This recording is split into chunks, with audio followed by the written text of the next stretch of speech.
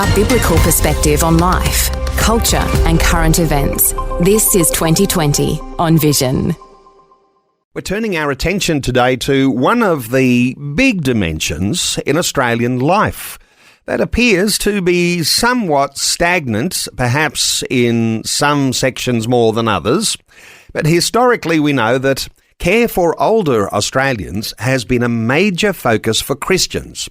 And lots of us will have parents or grandparents who are in aged care. In fact, most of our aged care facilities have deep Christian faith roots. And of course, there's a biblical mandate, isn't there, for caring for the elderly. In fact, Paul wrote to Timothy, give proper recognition to those widows who are really in need. But if a widow has children or grandchildren, these should learn first of all to put their religion into practice by caring for their own family and so repaying their parents and grandparents, for this is pleasing to God. 1 Timothy chapter 5, you'll find that verse. We're back today with aged care chaplain Ben Boland, who sees an urgent need for returning the practices of our Australian aged care facilities to their Christian roots. And he says while the foundation for aged care is with churches, it's not easy to find deep Christian ethos at the heart of day-to-day care. Well, Ben Boland is a leading aged care chaplain who writes extensively and speaks about aged care. Ben's new book is called Priceless People, Loving Older People and People Living with Dementia. Ben, a special welcome back to 2020. Neil, wonderful to be with you. Hey Ben, let's talk aged care facilities and perhaps we'll talk some generalisations and maybe get some specifics going, but many of our aged care facilities in Australia, they are operated by Christian organisations. So many have their foundation in those Christian roots and Christian motivations. How do you see, the foundations of what's already there? Yeah, look, aged care in the Australian context was pioneered by churches and Christians. And indeed, we can go back further than that. The early church in the first century was known for its care for widows who were non-related. So it's a continuation of 2,000 years of Christian history in that sense. The challenge today for most aged care providers is actually getting Christian staff to work there. Okay, Christian staff to work in aged care. We'll come back to that and maybe expand on some things, but stay with the roots, the foundations for a few moments. And yes, right back to those biblical roots, and I mentioned something of those in the introduction, but here in the modern Australian context, my little bit of research, the Benevolent Society of New South Wales, 1818, dominated by evangelicals, and their purpose, and I've found their purpose, to lessen the sum of human misery by imparting to the aged, the blind, the paralytic, the sick and the distressed some small relief to aid in the mitigation of their bodily sufferings.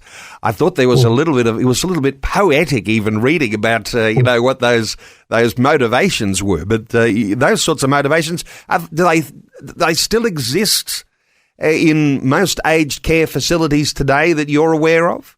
I think most aged care providers, both Christian and non-Christians, want to care for older people. That is almost universal. You certainly don't work in aged care if you want to get rich. And while some of the for-profits are definitely for-profit providers, most of the staff are there to care and to love, to look after people. And that is particularly true for the Christian providers. And the Benevolent Society, you mentioned New South Wales, Hammond Care, again, Genesis in Sydney Diocese, ARV, again, Sydney Diocese, Church of the Christ, Queensland, all were very early pioneers in ministering to and caring for older people. And all those organisations continue to exist and do exceptional work today. I went through and found a list of Australian aged care providers, and you rattle off a number of names there. And you know what? When I looked down the list, I didn't recognise a lot of them, but I did certainly recognise those big church-founded aged care institutions. But even some of those ones that I might not recognise, they've got their roots in Christians who have that motivation to reach out and do something for aged care. I imagine, though, that there might be some aged care providers who are in there for commercial reasons. Is there that? How do you reflect on the fact that some might not have those Christian foundations we like to talk about? Oh, very much so. The Boopers of this world, the Regises of this world, are businesses. They are for profit. Now, to be ruthlessly honest, I've never quite understood how they could make the money, because the non-for-profits, the church-run ones who are not trying to make a profit, are struggling to make budget, and a number of those have gone out of business. So I don't understand how you can make money in the industry. But yes, there are some providers which are very much in the for-profit space, and the bottom line is the bottom line for them, as opposed to the love of people. Yes, and when the bottom line becomes the most important thing, the love of people may not be central, and I wonder if this is something that characterises some aged care facilities over others. Now, anecdotally speaking, I know someone who worked as an OT, an occupational therapist in some aged care, and when I was asking them about this, they said, oh yes, there's a real difference in the way that those Christian-founded aged care facilities work compared to those ones that are commercially run for a level of profit. The level of care, does it actually filter down into the staff and the management? How do you see things, Ben? My experience has primarily been in the Christian space, so it's a bit hard for me to comment definitively. One thing that is very clear is that if you're a for-profit provider, you will get next to no spiritual care, whereas most of the Christian providers emphasise having chaplains, and primarily paid chaplains or pastoral carers. So the title changes a bit, but the job title or the role doesn't. So you only get that provision of spiritual care in providers who think spirituality is important. So that's a critical thing. But my understanding also, and again, this is more anecdotal than factual, is that the level of care in the for-profits is lower. I'll put it that way. And that's interesting, isn't it? To be able to make a little bit, it's a judgment, but to say that the ethos of an organisation actually affects the delivered end product, that's really significant, because you might even think that if there's a aged care facility that's commercially operated, where profit is the bottom line, that there might be all sorts of, and I guess this comes down to management too, might be so well run that everybody is jumping to attention and meeting every need and dotting every I and crossing every T and making sure it all happens just the way it's supposed to. And some might be thinking, well, in the Christian run aged care facility, I'm not necessarily seeing every I dotted and every T crossed, but there's a Christian ethos. Is there something in that, or really the ethos is the important thing that's going to actually motivate the care? There are two things that drive aged care in Australia. Aged care in Australia is largely driven by government legislation and government funding. So all providers, irrespective of Christian or otherwise, need to meet standards. Now, how often they meet them is a different question, but there's that. And then there is the question of why you were there. And that does manifest itself differently. The Christian providers, the faith providers who are there because they recognise people are important and indeed loved, are going to put their money into places and prioritise things for resident well-being. Whereas if your priority is profit, you're going to work out how to meet the standards at the lowest possible cost point. That's just basic business. Sometimes we think about a holistic approach to how you care for people, and there is a spiritual dimension that as Christians we say is an obvious one. If you're in the for-profit, commercially driven aged care, I guess that spirituality isn't necessarily there unless you've got someone who is on staff who has some special attention to that, but it's not really part of what the organisation's for. It's not what it's for, and the government standards are so low on spirituality that the government doesn't enforce it. So often in the for-profits, it's at best a local church does a service once a month, or somebody in the community is reaching out. And I want to commend those churches and other groups who do that. But there is a massive difference between a once-a-month exercise and daily, regular, focused emphasis on spirituality. The last time we were talking, Ben, it was pre-election, and we were looking towards the election, and you said something profound. I said we need to be talking about that, and that is the thought that there needs to be some level of inclusion in those government regulations around spiritual care. Did you notice anything? Was there any feedback that came? The sorts of things that you've been talking about in the circles that you mix in, and influential circles at that. Was there any sort of feedback that you got about whether there could be any government regulation that introduced spiritual care into all aged care?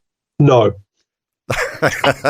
There's a simple answer there, and that might highlight just how secularized our nation has become when it comes to the holistic approach. You know, spirit, soul, body, mind, spirit being a really important element there, and when it comes to aged care. And also our value of older people. The World Health Organization says that half the world's population is ageist. And I think we see that in Australia.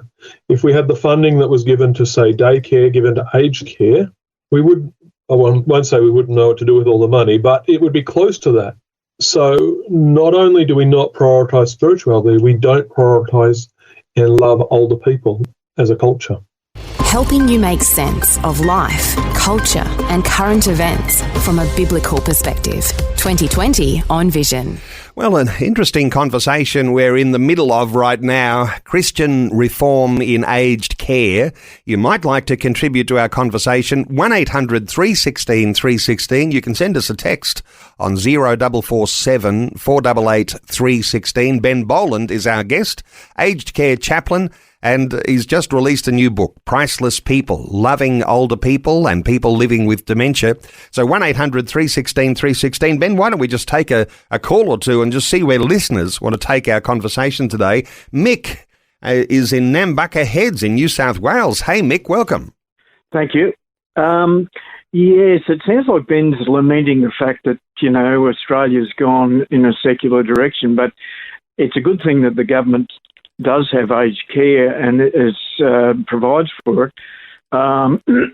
Traditionally, it would have been, up to the churches and so on. But really, people in who are not getting proper spiritual care should expect it, should at least gain it from their Christian family, where the family has to come and look after that and take them to church or take them to the once a month turnout at the place, and that's what Paul told Timothy anyway. Look after your parents. So, the government has kicked in big time in Australia, as it always has in a lot of areas. Mental health and all sorts of things are just supported. So the pressure is off. But back in the first century, there was no support, and so true godliness revolved around looking after your family and the aged and your children and your wife and Mick, your husband. So, absolutely fascinating and great insight from you, because if you recognise that the spirituality is not there in the aged care facility where your parents and grandparents are, either you take the responsibility yourself or you expect or hope that your local church might be providing some level of spiritual services. Ben, what are your thoughts here for Mick? Live in Australia where the government does provide most of the aged care funding. Totally and utterly agree with you. And I'm really thankful for that. My concern is twofold. In terms of the for-profits, when we're funding organisations where their bottom line is to make money, I'm not sure that that's a great way of spending taxpayer money. That would be my personal perspective. Perhaps from a Christian perspective, and I'm much more certain on this, is what you've said is that families should care for their older ones, and that's totally true. But what happens for the people who don't have younger people who are Christians in their families? And indeed, I would suggest that even for those of us who have parents in aged care or older people in aged care who we love, we still need the support of the local church. And we need that care and that compassion. It's that old line, it takes a village to raise a child. I would suggest that it takes a church to care for an older person. Mick, anything further to add there? Because there is a dimension there, isn't there? It's all very well to say that there are people who might be Christian and craving some spiritual care, that could come from family or from a wider church, but that doesn't necessarily mean that people and staff in a pastoral oversight, chaplaincy sense, have all of that great input that actually encourages the heart and brings out the best in people. Mick, did you have something further to add? Well, if the aged care, if the elderly person requests it, of course, they can, the facility should at least follow that up. My mother's 91 and she's in a aged care facility in Melbourne. We're a big family and she gets visited regularly by my brothers and sisters. I'm not down there. But I think, and we get feedback about the staff, and my brothers and sisters say some of them are good and some of them aren't all that good, and the attention to her hearing and her podiatry and her eyesight and her bathing and all sorts of stuff gets fed back to all of us. We're all in touch with it all.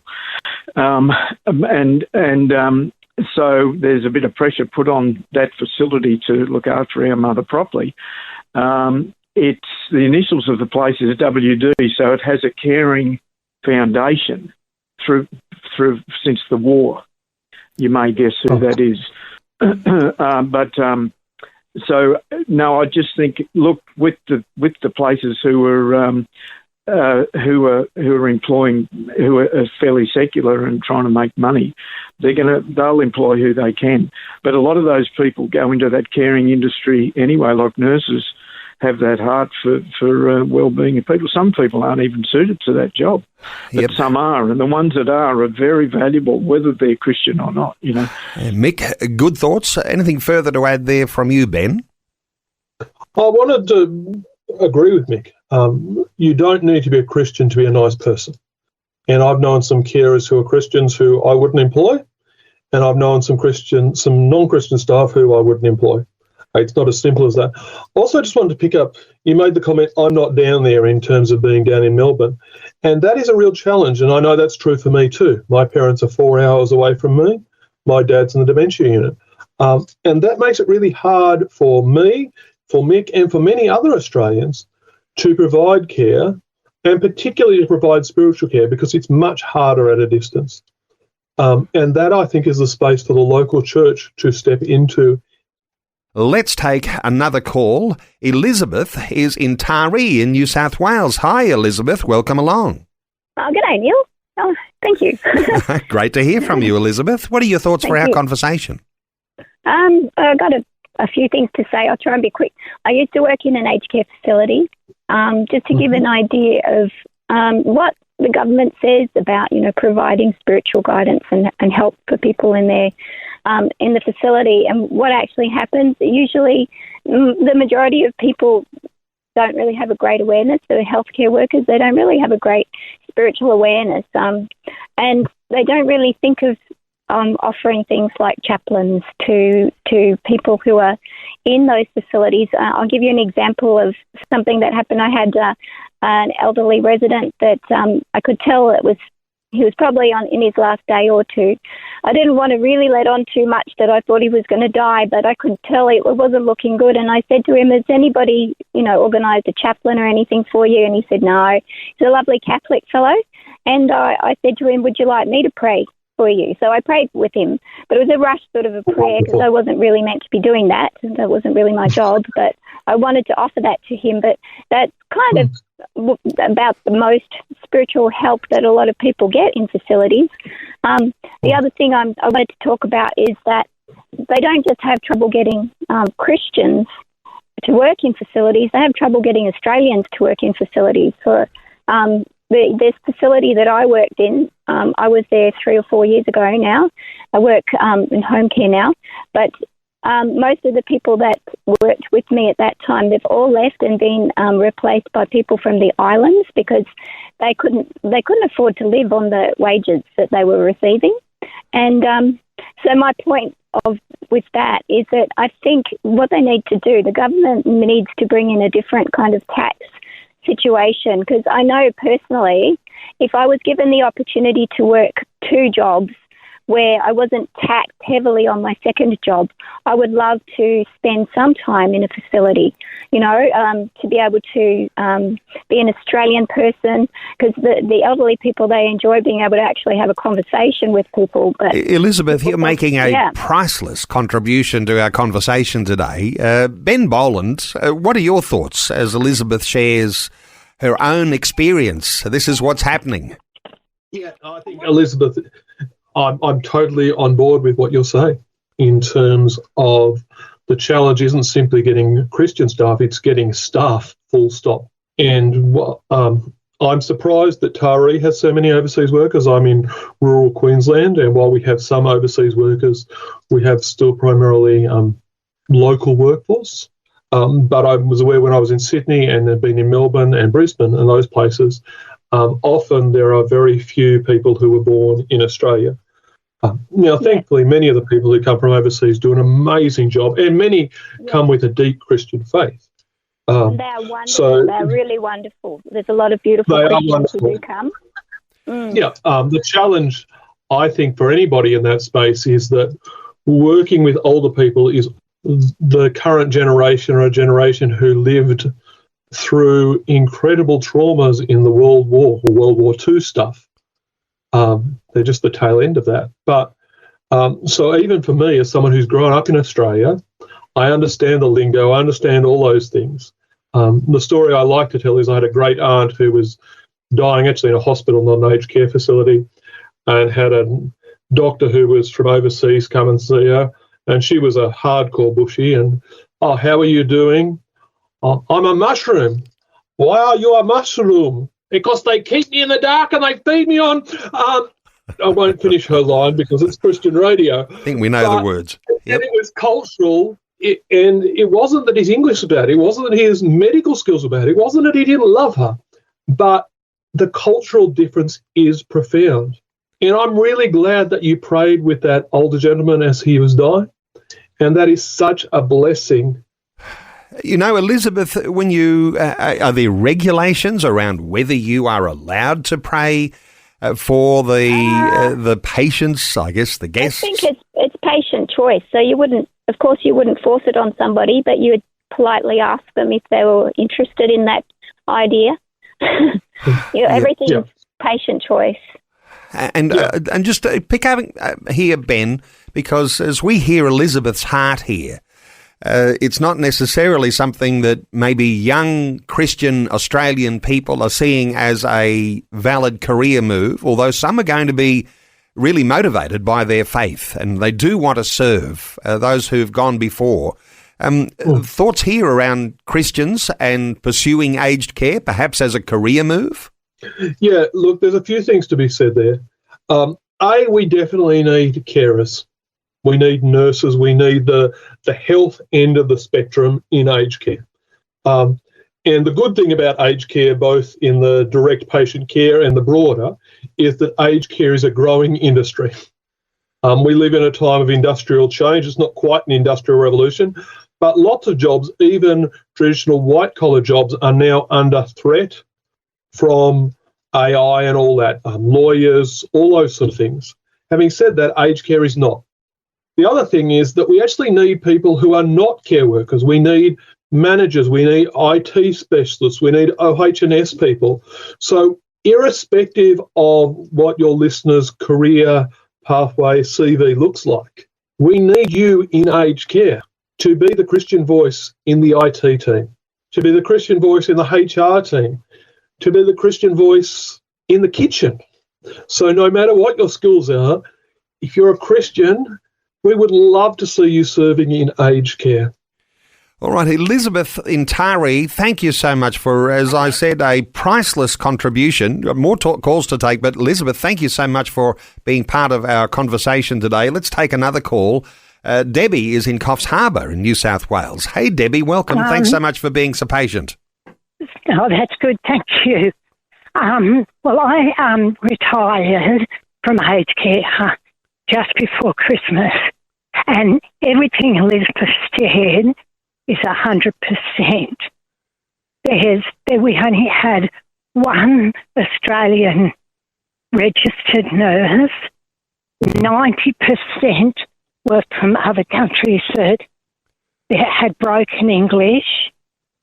I worked in a Catholic healthcare, so we had a chaplain, but they mostly catered to Catholics.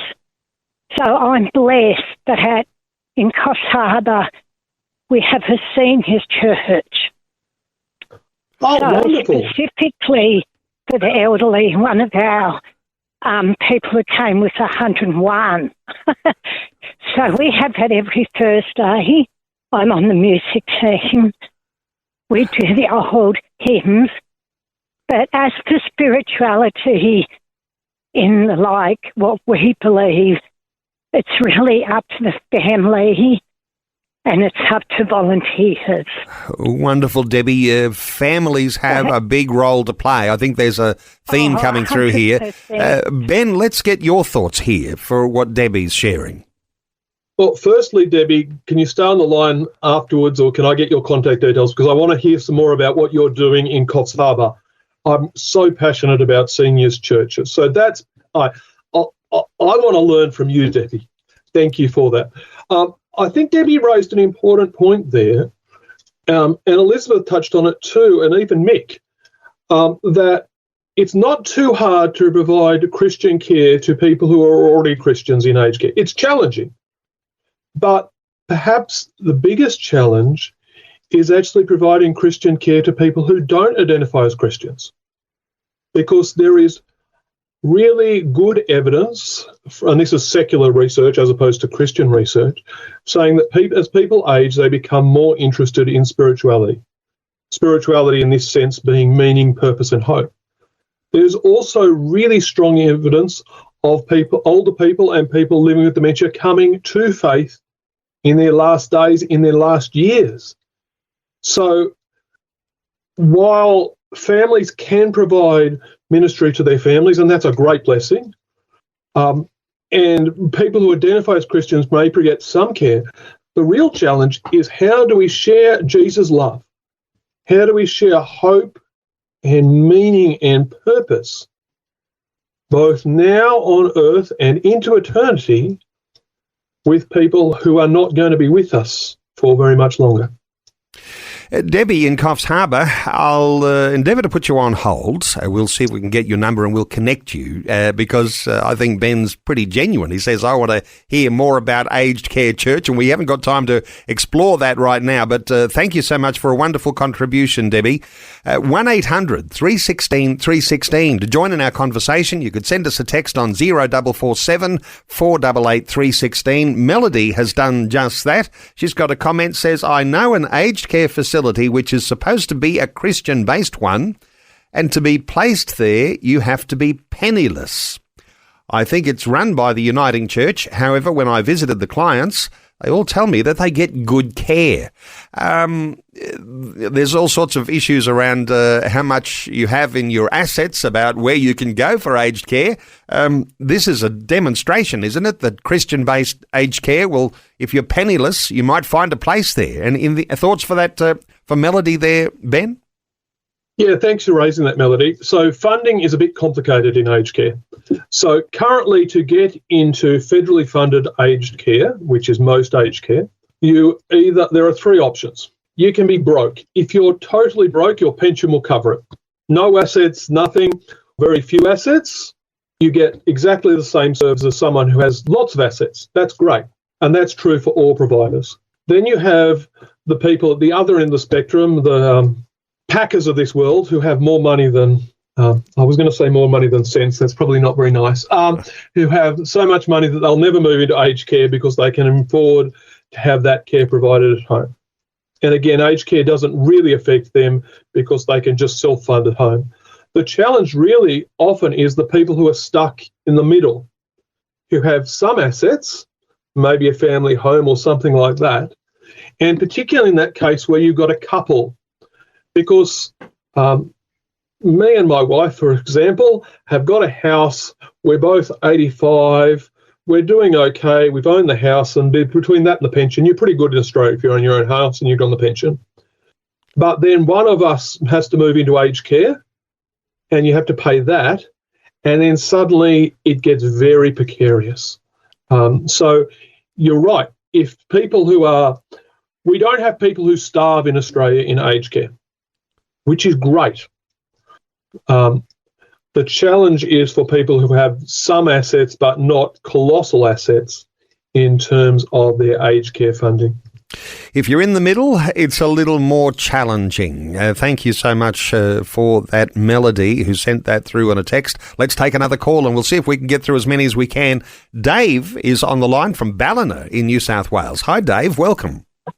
Oh, hi, Neil, and I've only just joined the conversation, so I don't know your guest name, and maybe this is not quite as relevant to the topic, but I am an aged carer. I worked in a facility, I'll just say Port Macquarie years ago, 120 bed. Night time we'd have three people, an RN and two carers.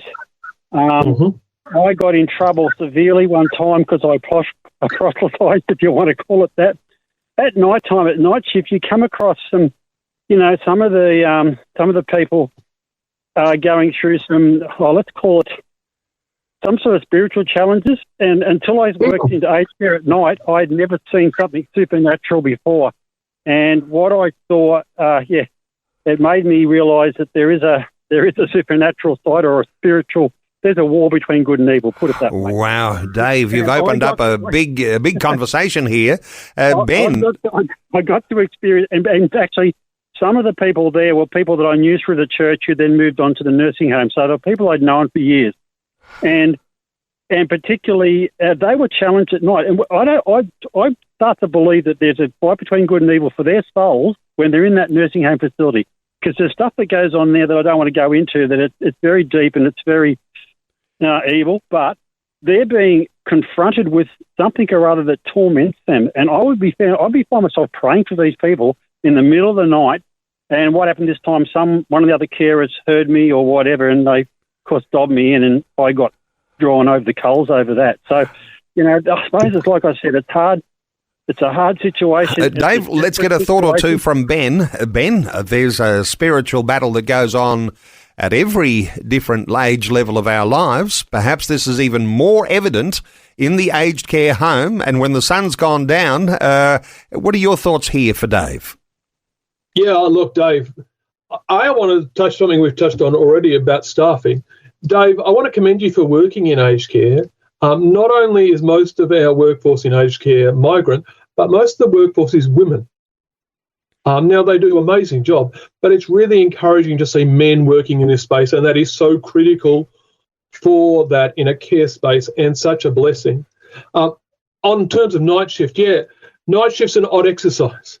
It can both be comparatively quiet compared to morning shift, but there can be great opportunities to sit with people, and some people are going to face extreme distress both during the night and the day. And there is a great opportunity to staff to care. And I'm so sorry that you got in strife for praying with someone. That's terrible. Well, Dave, supernatural encounters in the middle of the night in an aged care facility. I wish we had a little more time to unpack some of that. Maybe we'll pick up on some of that on another time. That might even be a topic for Ben in the near future. But Dave, thank you so much for your call. Let's see if we can get through as many calls as we can. Rose is in Rowlands in WA. Hello, Rose. Welcome. Yeah, hello. Rose, what are your I'm thoughts? actually on the radio. Yes, you're on the radio. I'm driving. Yep. Listen, I'm an enrolled nurse and have been in aged care field in community setting for over 12 years. I'm now gone private, and that's so I can have the freedom to bring my Christian faith to be more front, because even though I was working in a Christian organisation, we were very limited to what we could do spiritually, which is very sad, and Yes. I never let that hold me back. But my question is today, I'm struggling a little bit with this Christian organisation has allowed youth in Asia and have accepted that as a part of their policy.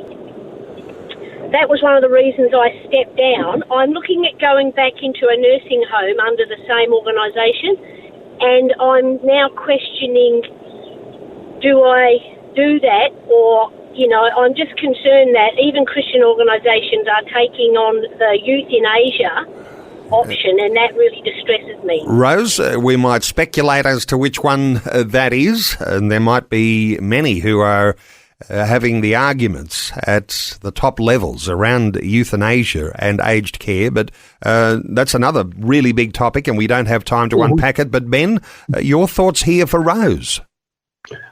Yeah, I agree with Neil. It's a huge topic and well deserving of a session in and of itself. My understanding and my Western Australian knowledge is not as good as yours is, Rose. But I'm aware of a number of Christian organisations on the East Coast. I think everywhere bar the Northern Territory now has voluntary euthanasia laws in place. My understanding is that a number of Christian organisations are highly uncomfortable with that position, but are largely powerless. What they can do, and what is common, is for them to say, we won't stop it, but we won't do it, if that makes sense. So a subcontractor will come in and euthanize the person. All right. That's a highly distressing situation. And again, my encouragement to you would be to have that conversation with the nursing home before you go in, so you know what you're prepared to walk into and not prepared to walk into. And that might be one of the challenging things, Rose, it might be one of those challenging things that keeps Christians from actually working in aged care, because they won't work under the sort of regulation that says they must support a euthanasia policy. Rose, I want to thank you for your input, and we're running short of time. Rose, thank you so much for your insights today. Hey, we are having to just draw things to a close here. The sorts of influences that Christians can bring or need to bring into aged care, whether it's in their own family or whether it's a community thing, their churches involved, what sort of influences do you think need to come from Christians, just as we wrap things up here, Ben? I think there's three things Christians can do, and this is all Christians. The first is we can be advocating for this. We can be advocating for the importance of older people, for their value, for their care, both biological and spiritual. Secondly, and we've touched on this already, we can look at working in aged care. Whether you're a chaplain or a nurse or someone who has non-care-based skills, we desperately need those skills in the aged care industry. And thirdly, and perhaps most significantly, we as the church and as Christians need to think about, are we sharing Jesus' love with older people? And how can we do that better? These are people who are desperate to hear of Jesus' love, who are open largely. You know, when we talk missional Christian life, oftentimes we think about serving in mission, it's overseas in some exotic context, but there's a mission field, isn't there, in aged care, and there's so many younger people who have an opportunity to step up into that. And you might want to get a hold of Ben's new book. Just to mention it, it's only just been released. I think it's like at a pre-release right now.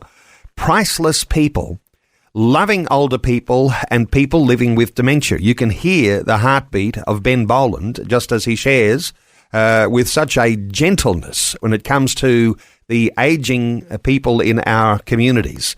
The book is called Priceless People, Loving Older People and People Living with Dementia. You'll be able to find it at online booksellers like Amazon. You might also want to connect with Ben on his YouTube channel, Jesus Love in Aged Care. You can also find him on LinkedIn, and he's also the co-author of the Jesus Loves Me book, available through Hammond Care and the Bible Society. Ben, let's get together and tackle some of these big topics on another day. But thanks so much for sharing your insights with us once again today on 2020. Oh, thank you, Neil. Thank you, listeners. Thank you for people who called in. It's been wonderful to hear your thoughts. Thanks for taking time to listen to this audio on demand from Vision Christian Media. To find out more about us, go to vision.org.au.